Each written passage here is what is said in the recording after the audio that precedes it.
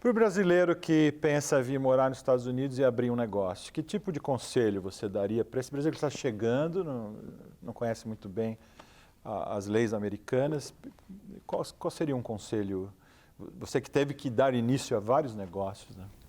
Eu teria vários conselhos. Um é realmente estudar o tipo de negócio que você vai procurar. Segundo, procurar um bom advogado. Procurar um contador, são duas peças-chave na abertura de um negócio.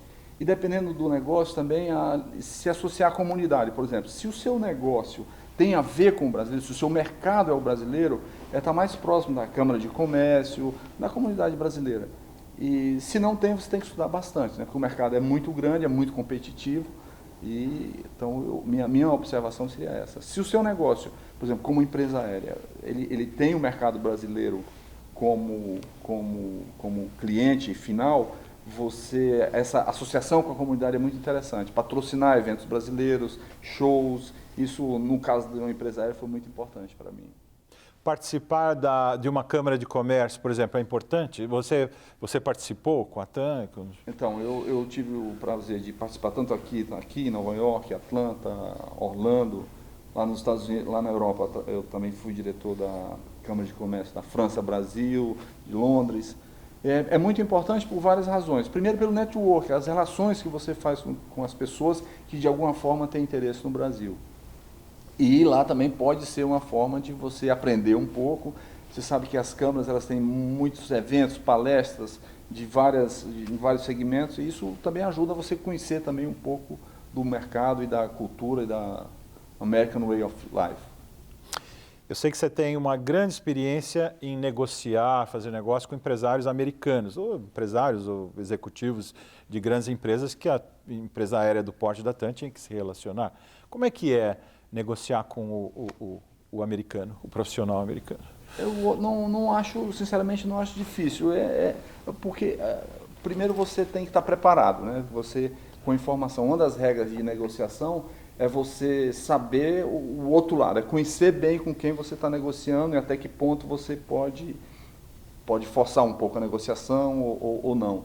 Mas eu acho que é uma negociação, se é uma negociação grande, obviamente, de novo, você tem que estar cercado de advogados, porque aqui tudo você faz, não existe por fora ou algo informal, né? Toda negociação é séria e ela é formal.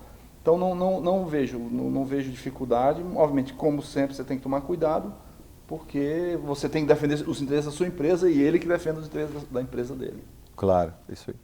E como você acha que o empresário americano vê o empresário brasileiro? Ele vê como qualquer um da América do Sul, peruano, chileno, argentino e brasileiro, é tudo a mesma coisa? Eu acredito que sim. Eu não gosto de estereotipar o sul-americano, mas eu acho que sim, o americano exige um pouco talvez de preconceito contra, talvez até fundado contra nós sul-americanos, pela informalidade, nós brasileiros muito informais, então eu creio que, mas como negócio, na hora do negócio não vejo isso. Se você representa uma empresa, ou se você tem um produto interessante, você senta de igual para igual com a empresa americana. Qual seria o maior pecado de um empresário brasileiro fazendo uma negociação?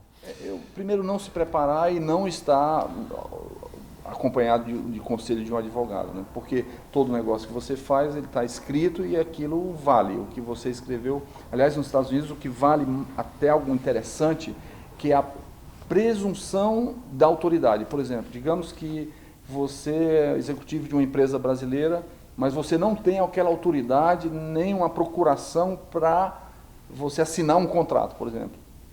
No Brasil isso seria um pouco complicado, mas aqui nos Estados Unidos não. Essa presunção que você tem, o fato de você estar no escritório da empresa, você está representando a empresa, o simples fato de você estar presumivelmente ter o poder de assinar pela empresa, isso já dá direito a que a outra parte reclame, caso você diga que não tinha autonomia para fazer aquilo que você estava falando. Então, só essa presunção já dá à outra parte o direito de cobrar o que você combinou. Aqui não é terra do improviso. Então, o planejamento em qualquer negócio, grande ou pequeno, né? Desde um business plan, a fazer conta, a fazer número, né? fazer uma projeção e acompanhar o desenvolvimento do seu negócio, corrigindo o que você planejou. Então, no Brasil, realmente, nós não temos... Mas hoje, se bem que hoje eu vejo, eu sou um otimista em relação ao Brasil e vejo essa nova geração de empresários mais preparada. Eu percebi que é difícil fazer um planejamento para cá, estando lá. Eu vi grandes empresas virem para cá com planejamentos, planilhas. Eu lembro um cliente que me perguntou: o que você acha dessa planilha? É um pedaço de papel, aceita qualquer número, né? A realidade é que vai ser um pouquinho diferente, né? Nesse caso também, mais uma vez, é valorizar a cultura e o conhecimento de quem está aqui, né? O empresário local, ou o contador, ou o advogado, porque se você se prepara para vir aqui e está acompanhado de um profissional local que conhece todas as dificuldades e as vantagens de trabalhar nos Estados Unidos, de ter um negócio nos Estados Unidos, você erra menos, vamos dizer. Errar, você vai errar, mas erra menos. Se você respeitar de novo a cultura e o conhecimento desses profissionais que estão aqui. Como ter certeza de encontrar o profissional certo? Então, Lineu, tem um ponto que talvez valha a pena ser mencionado, que é o serviço comercial, o setor comercial das embaixadas e consulados.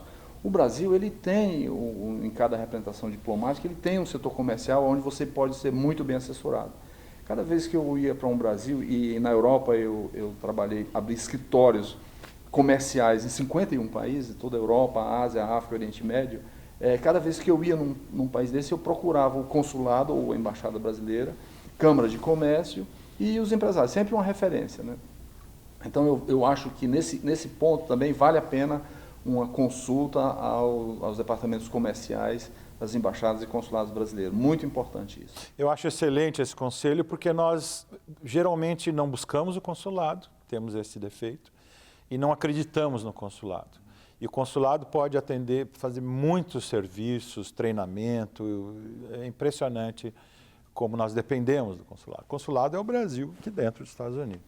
O diplomata brasileiro, faz parte da elite do funcionário, do servidor público brasileiro. Ele é bem visto e reconhecido como um grande profissional, e eu acho que é um funcionário que você deve procurar. O americano, ele tem um ditado que eu gosto muito também, sempre usei nas minhas negociações nos Estados Unidos e na Europa, que é good fences make good neighbors. Boas cercas fazem bons vizinhos. Isso quer dizer, você, antes de fazer um contrato, você se cerca e você se prepara para que essa cerca seja muito boa, que direito de cada um e seus deveres sejam bem escritos, preservados. Isso faz com que você erre menos, novamente. Aconteceu com você de subestimar o mercado americano? Achar que seria mais fácil vender TAM para o americano do que realmente foi? Não, Lineu, não. Eu tive sorte, talvez uma intuição, eu posso acreditar isso, a intuição. O que eu fiz aqui, eu acho que uma das razões de nós termos sido bem-sucedidos aqui foi o seguinte: primeiro, eu estava, aliás, na primeira apresentação que eu fiz do mercado brasileiro para a diretoria da TAM no Brasil, você, na época, era da agência de propaganda que nos ajudou, eu fiz uma brincadeira que era, as minhas apresentações eram temáticas, eu sempre gostei muito de brincar, talvez pela minha origem cearense, que o tema da minha primeira apresentação foi a luta do cangaceiro nordestino contra o cowboy americano. Eu lembro disso, então, o John Wayne. Exatamente.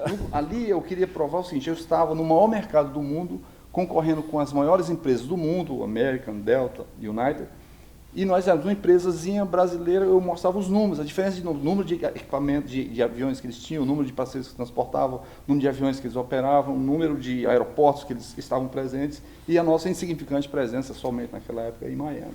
Então, quando eu fiz isso, primeiro eu tinha certeza dessa grande diferença, né, do tamanho que nós éramos e do tamanho do nosso concorrente e o mercado mais potente do mundo na aviação. O que eu fiz? Para entrar nesse mercado, eu sabia que, mesmo falando inglês, se eu fosse numa conferência do Rotary, do Lions, ou qualquer empresa, uma apresentação, num trade show, numa feira, por mais que eu fale inglês, eu tenho o meu sotaque. Então, eu contratei na época um gringo americano, very gringo, e conhecedor, tinha trabalhado na Pan América, conhecia muito bem o Brasil e era um gringo. Então, quem falava do Brasil para os americanos, pela TAM, era um gringo. Então isso dava muita credibilidade e essa pessoa realmente nos ajudou bastante nesse mercado. É ter um gringo falando do Brasil. Aí a credibilidade é um pequeno detalhe, mas que nos deu uma grande credibilidade. E, para finalizar, quais são os conselhos que você daria para quem pretende, o tema do nosso congresso, quem pretende mudar, viver e ter sucesso nos Estados Unidos? Então, primeiro é se planejar, né? Estudar, ler, procurar saber. Segundo, contratar, cercar-se de profissionais que conheçam o mercado, seja especialista, tanto no mercado americano, como no tipo de negócio que você quer abrir. E se cercar de garantias e sorte, boa sorte, muito trabalho. Não existe, eu tive o chefe, o comandante Rolim, que foi o fundador, o presidente da TAM, ele tinha um ditado que eu sempre usei e sempre gostei muito, que era, ele sempre dizia, quanto mais eu trabalho, mais sorte eu tenho. Então é isso, é trabalho, não vai mudar, é muito trabalho e boa sorte.